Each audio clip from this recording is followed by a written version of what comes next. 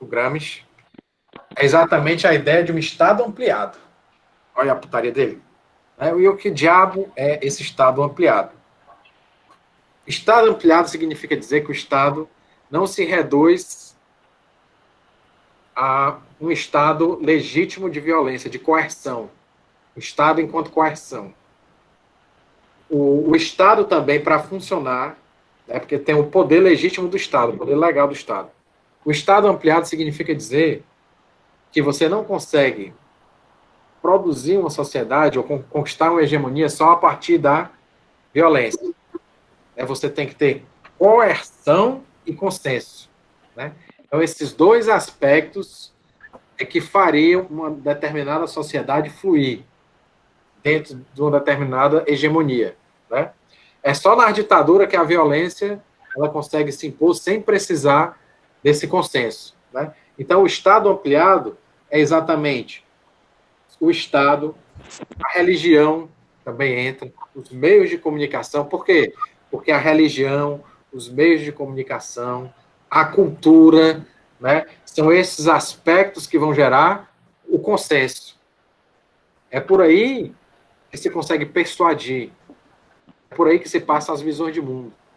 Então, esse Estado ampliado, essa perspectiva proposta por Gramsci, é pensar o Estado não só aquele Estado legal, para você, sobretudo nas sociedades ocidentais, para você conquistar o domínio de uma sociedade, esse domínio não pode ser apenas pela força. Esse domínio tem que ser também por uma dominação ideológica. Então, para haver essa dominação ideológica, então tem que haver o que ele vai chamar de um controle dos aspectos éticos, morais e do imaginário de uma determinada sociedade. Ou seja, a sociedade, de certa forma, tem que compartilhar os valores dessa classe dominante e esse compartilhamento de valores, o fato da classe dominada ter os mesmos anseios, ter os mesmos valores dessa classe dominante, é que vai garantir que a sociedade funcione. Dominante. A classe dominante conta com a colaboração da classe dominada. E isso, quando a hegemonia está funcionando, ela se apresenta de uma forma natural. É como hoje, por exemplo, nós temos uma ideologia do consumo, de que você tem que... você nasce, você vai estudar, você vai aprender uma profissão para você comprar uma casa, comprar um carro, casar. Ou seja, tudo isso tem a ver com o esquema de imaginação de uma sociedade burguesa liberal. É o modo hegemônico de ver o mundo, o modo dominante de ver o mundo. Então, para você ter uma sociedade funcionalmente dominada, você tem que persuadir boa parte da classe dominada de que a classe dominante, que os valores de uma classe dominante são os que são os melhores. Então, você tem que fazer uma espécie de aliança, a classe dominante, no caso. Tem que haver uma espécie de convencimento da classe dominada de que aqueles valores é que são os melhores.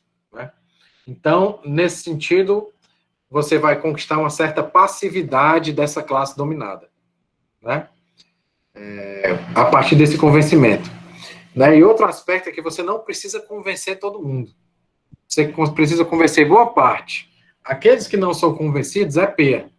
Entendeu? Aí entra a parte da coerção. Por isso que a dominação, o Gramsci vai falar, ela vai funcionar nessa dupla dinâmica entre coerção e coesão.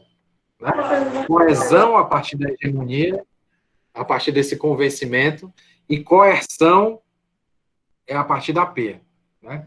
É tipo, por exemplo, quando sua mãe, quando você é pequeno, na década de 80, por exemplo, 90 ali, sua mãe falava, Minha mãe falava para mim, menino, vai estudar, porque estudar é importante, para vocês terem alguém na vida.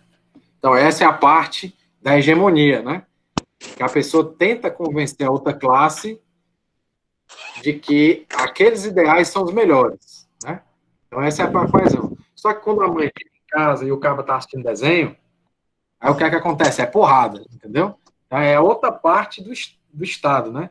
Que é a coerção, né? Se o menino não estudar, bota o menino de castigo, é cascudo no menino, é joelho no milho, é cinturada, é havaiana de pau, né? Ou seja, o Estado, né, aqui representado pela mãe, ela tem seus dispositivos de coerção para fazer a sociedade, né, que é a casa dela, funcionar do jeito que ela acha que deve funcionar, né? Então, esses dois aspectos são importantes do ponto de vista político: coerção e coesão, né? Então, há uma coexistência desses dois aspectos nessa noção de Estado ampliado, né, e na hegemonia, né? Então, a primeira contribuição do Gramsci é entender a importância da cultura, das ideologias, da negociação, né? Ele fala muito dessa questão da negociação entre o projeto de vida, o projeto de sociedade da classe dominada e da classe dominante, né? Ele vai falar que nesse processo de hegemonia há uma negociação, né? Há uma busca de interesses em comum, né? Como sua mãe fala, ó, você pode até jogar videogame, mas depois que você estudar, né? Então é uma negociação, entendeu? Então, vocês alinham os interesses em comum, seu interesse é jogar videogame e o dela é que você estuda. Então você primeiro joga videogame e depois estuda, entendeu? Então, é uma troca, né, professor? Isso, é uma negociação. Só que a classe dominante, ela nunca vai abrir mão do que lhe é essencial, que é o lucro, né? Que é o consumo. E do caso da sua mãe, que é você estudar. Você pode até jogar videogame, mas depois de estudar. Entendeu? Então, a ideia, né, da hegemonia é isso. Você vai ter a gente vai falar daqui a pouco, né, o que ele chama de intelectuais orgânicos, né, que esses vão ser os responsáveis exatamente por gerar esse convencimento, né, nesse caso, que você vai ter essa sociedade que é a passiva, esse grupo que é o passivo. Qual é o grupo passivo? É o que foi persuadido pela classe dominante. Aí você tem o grupo revolucionário, né? Esse grupo revolucionário aí é PEA, né? Entra o Estado. É o cabo que não quer estudar, não quis negociar com a mãe também, é PEA dele, entendeu? Então, é assim que funciona para o Gramsci, é assim que o Gramsci pensa a política, né? De um lado, coesão, né, negociação, né, busca de equivalências de interesses, né? Oh, você tem interesse de jogar videogame e eu tenho interesse que você seja alguém na vida, né? Então vamos lá fazer os dois. Você, né, você passa a manhã estudando, que antes de almoçar você pode jogar um pouquinho de videogame, né? Então é uma negociação, né? Então você vai buscando uma negociação, desde que essa negociação não atinja aquilo que é essencial da classe dominante, aquilo que é mais importante para ela, né? Então ela abre algumas concessões, né? Então ele fala até de transformismo, né? Alguns intelectuais que se diziam de esquerda, mas que foram seduzidos pela lógica burguesa, né? Então eles saíram de revolucionários para reacionários, no caso, né? Para conservadores, melhor dizer, para conservar o poder estabelecido, né? Então essa é a ideia, a primeira ideia básica de hegemonia é essa, né? A hegemonia é um plano, né? É um plano cultural de desenvolvimento da sociedade, né? E esse plano de desenvolvimento da sociedade da classe dominante, ele é obtido a partir de uma negociação, né, com as classes dominadas, com os diversos grupos da classe dominadas, sem que isso vá sacrificar o que é essencial para eles, para a classe burguesa, para a classe liberal, né?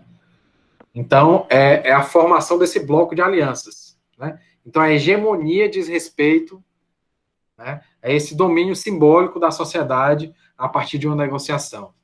E junto com a hegemonia, que é essa coesão, tem a coerção, que é a parte, né, mais legal do Estado, que é a parte da violência, né? Se o cabo desobedecer, quiser ir contra as leis sociais, é P. Então, essa é a diferença desses marxismos que se tornaram sistemas totalitários para o outro tipo de marxismo, que era preocupado também com a questão ideológica e pedagógica da sociedade, como foi esse de Gramsci.